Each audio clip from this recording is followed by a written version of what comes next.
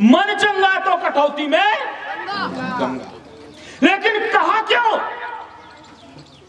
सवाल यह उठता है कि कहा क्यों संत रविदास जी पूजनीय क्यों है? आज जातीयता का भाव हमारे सबके अंदर इस तरह से घर कर गया है कि हम लोग यहां तक मानने लगे हैं कि नहीं, संत रविदास जी केवल रैदासों के। हमारे कुछ भाई सोचते हैं कि वल्लभ भाई पटेल जी जो हैं वो सिर्फ हमारे हैं। हमारे ही कुछ भाई सोचते हैं कि नहीं, बुद्ध जी हमारे हैं। हमने अपने महापुरुषों को, संतों को भी बांट लिया है। ये जब मैंने विश्लेषण किया तो मैंने पाया नहीं, ये संत किसी के नहीं होते, हमारी सनातन संस्कृति में संत सभी के होते हैं। इसलिए इसकी शुरुआत हमें ही करनी पड़ेगी और इसलिए हमारी समिति ने संत रविदास जी की जयंती मनाने का संकल्प लिया। उनके जीवन वृत्तांत पर मैं ज्यादा प्रकाश नहीं डालूंगा, जो मेरी मुख्य भूमिका है वहां पर मैं आ रहा हूं कि जो एक जातिगत व्यवस्था हमारे दिलों में घर कर गई है, वह संत रविदास जी के जीवन से सीखने के लिए मिल रही है कि कोई जाति हमारे इस सनातन में नहीं थी। संत रविदास जी पूजनीय इसलिए हैं क्योंकि मां गंगे उनके चमड़ा भिगोने वाले पात्र से प्रकट हुई। कैसे प्रकट हुई? चमड़ा भिगोने वाले पात्र से प्रकट होके उन्होंने आशीर्वाद दिया, कंगन दिया। एक पूरी कहानी बता चुके हैं हमारे मन में। तो फिर जातिवादता कैसी रही? यदि सनातन में लोग जातिवादता की बात करते हैं तो जातिवादता कहां थी? यहां पर तो वाल्मीकि जी भी संत हुए, रविदास जी भी संत हुए, तो फिर जातिवादता आई कैसे? जातिवादता है क्या? मैं इस पर प्रकाश डालना चाहता हूं। तो साथियों, अब मैं मुख्य बिंदु पर आ चुका हूं कि उपाधि है जो सनातन व्यवस्था के तहत, वर्ण व्यवस्था के तहत हमें दी गई। कोई जाति नहीं है। और कैसे मैं इसको सिद्ध करता हूं? हमारे यदि किसी भाई के साथ किसी नाम का यदि मिलन होता है तो क्षमा चाहता हूं, बुरा नहीं मानेंगे, लेकिन उदाहरण मुझे देना पड़ रहा है। शंभू कुमार, उदय चर्मकार, लल्लू लोहार है क्या? पहले क्या है? नाम समझने का प्रयास करिएगा। पहले क्या आ रहा है, उसके बाद में क्या आ रहा है? लेकिन वो जात है क्या? नहीं है। वो जात जिसे आप कह रहे हैं वह उसके कर्म की उपाधि है, जो उसके कर्म को बताती है कि अमुक व्यक्ति अमुक काम करता है और उस कार्य में दक्ष। अब बताइए, अगर किसी का लल्लू लुहार नाम है तो क्या है आप उसके पास में हल लेके चले जाएंगे? भैया मेरा हल बना दे, जाएंगे? जाएंगे क्या? क्यों नहीं जाएंगे? क्योंकि उसका नाम क्या है? लल्लू लुहार। तो दिमाग में क्या आएगा? कौन सा काम करता होगा? लुहार का काम करता होगा। मल्लू बढ़ई, दिमाग में तुरंत आया, क्या काम करता होगा वो? तो क्या उसके पास सोना चांदी लेके पहुंचोगे? भैया ले हमारी पायल जोड़ दो? क्यों नहीं पहुंचोगे? क्योंकि उसके नाम के अंत में जो उपाधि लगी हुई है, जो नाम लगा हुआ वो क्या है? उसकी उपाधि है, उसके कर्म की विशेषता बतलाता है। ये बात समझ में आई?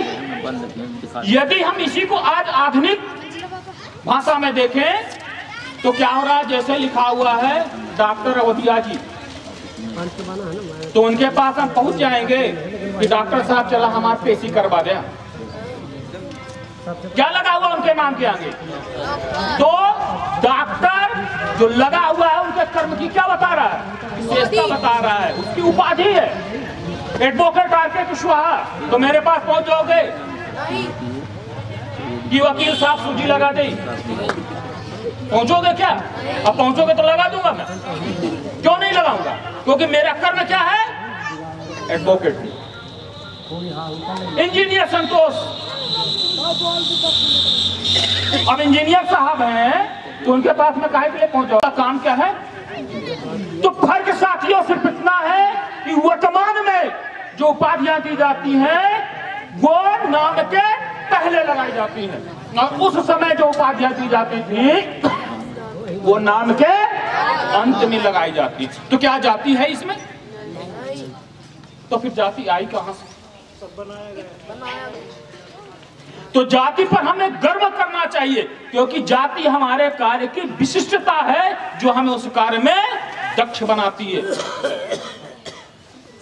अब आई बात की है कि जाति है तो उपजातियां क्या है? कई बार हमारे में भी है, हरदिया है, कानकुब्जे हैं, दुनिया भर के लोग हैं। क्या नीचे का कर्मचारी जो है वह मेरा काम कर सकता है? क्या मैं नीचे का काम कर सकता हूं? नहीं कर सकता। तो ये जितनी व्यवस्थाएं बनाई गई वो इसके लिए बनाई गई ताकि समाज का कार्य सुचारू रूप से कोई भी व्यक्ति इस सृष्टि में पूर्ण रूपेण से सक्षम नहीं है। अब कोई भी व्यक्ति किसी भी कार्य को पूर्ण रूपेण से नहीं कर सकता है, और जो व्यक्ति जिस कार्य को करता है उस कार्य में वह दक्ष हो जाता है और उस कार्य को अच्छी तरह से कर सकता है।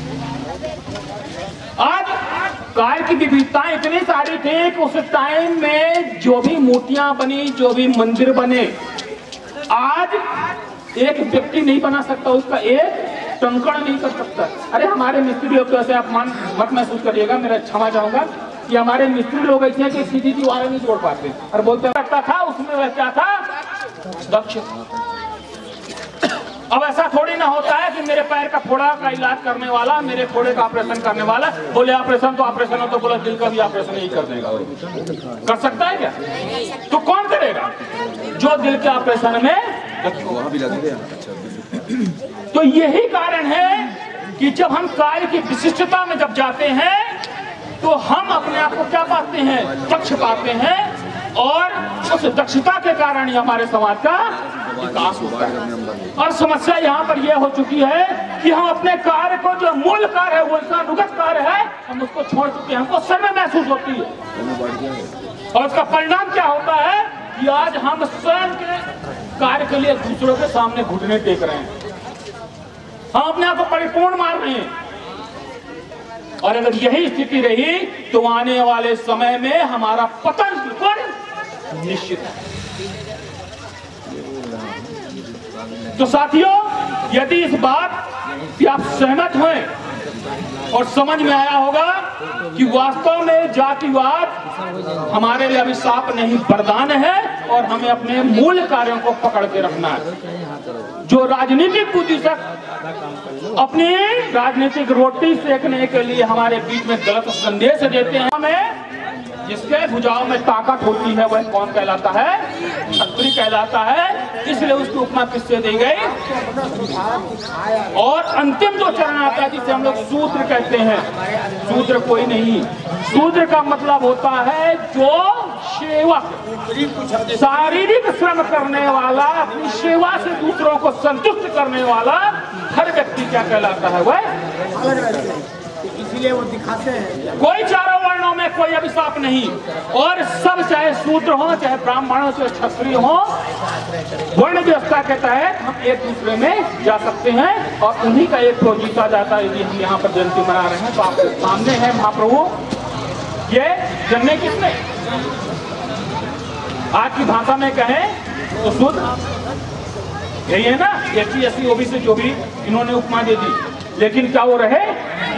नहीं रहे, पूजनी रहे। तो किसके तहत पूजनी रहे?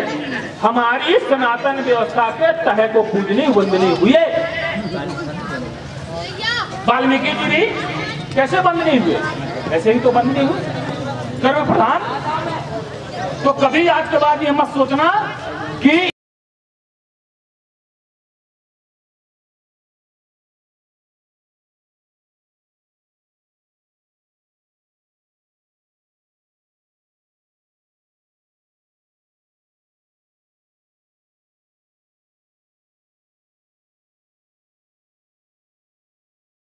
इकट्ठा किया जाता है और उसी का पान किया जाता है, ना कि उसके घर का पान किया जाता है। इसलिए भोजन नृत्य भोज की व्यवस्था की गई थी। ये सबसे सटीक और सुंदर जवाब है सबसे सटीक होगा। जोरदार तालियां बजाइए।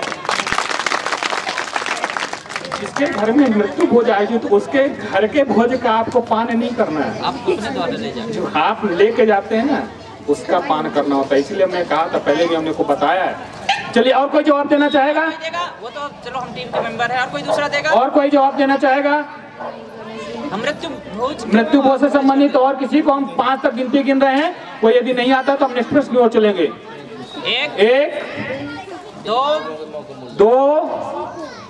3 4 अच्छा सोनी जी ये देना चाहते हैं जूरी में बैठे इसलिए नहीं दे रहे। नहीं, बिल्कुल सबका स्वागत है, चाहे जूरी में बैठे हो कहीं पर भी बैठे हो, सबके लिए बिल्कुल दे सकते हैं। नहीं आप नहीं जूरी में नहीं रहते, हम लोग नहीं दे सकते, वो तो बताना जूरी में इसलिए हम मृत्यु भोज इसलिए दिया जाता है ताकि जिसके यहाँ किसी की मृत्यु हुई है तो सब पूरे गांव वाले लोग मिलकर भोजन अन्न सब लोग मिलकर उनको दें ताकि उनका भरण पोषण हो। बहुत सुंदर जवाब। तो और फिर से एक बार पुनः काउंटिंग हम कर रहे हैं, किसी और को जवाब देना हो उसके बाद मौका नहीं मिलेगा। ये तीसरा राउंड है ना, इसके बाद 3 से ज्यादा विकल्प नहीं मिलते कभी भी, आपको जान लीजिए।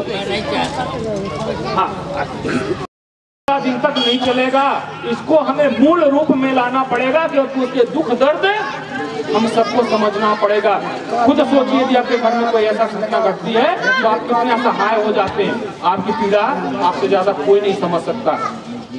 तो ये मुख्य बातें थी कि किस तरह हमारे संस्कृतियों का ह्रास हो रहा है, तो इसे एक बार हमें पुनः उसी ओर लौटना है। इसी मामले में एक विश्लेषण करने के लिए मेरा अनुज है, उसके घर में एक गमी हुई, उनके सिस्टर जो है तो बालाघाट की तरफ गई हुई है। मैं गया था जी उनके कार्यक्रम में, मैंने देखा वहाँ पर बाबूजी इतनी अच्छी परंपरा थी कि पूरे गांव के लोग इकट्ठा हुए और जिस घर में गमी हुई सब लोग अपने घर से, सभी लोग, नियम बना हुआ है ग्राम पंचायत का कि सब लोग एक रजिस्टर बनाया हुआ था कि जो भी आएगा अपने घर से यथासंभव राशन पानी पैसा जो भी है वो सब लेके आएगा, वो घर वाले को देगा। मैं रविदास जयंती के बारे में ज़्यादा कुछ तो नहीं बोल सकता, मगर ये क्योंकि मेरे पूर्ववक्ताओं ने उनकी कहानी जीवनी बताया है, मगर उनके जीवन से संबंधित चौपाइयाँ हैं। प्रभु जी तुम मोती हम धागा, जैसे सोनहि मिले सुहागा। प्रभु जी तुम चंदन हम पानी, जाकी अंग अंग बात समानी। प्रभु जी तुम घन वन हम मोरा, जैसे सोनहि मिले वो, जैसे चितपत चंद्र चकोरा। प्रभु जी तुम स्वामी हम दासा, ऐसी भक्ति करें रहेगा।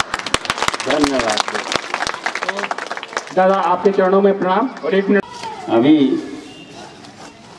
जो वक्तव्य हुआ उसके संबंध में जैसे मृत्यु भोज क्यों दिया जाता है? कितना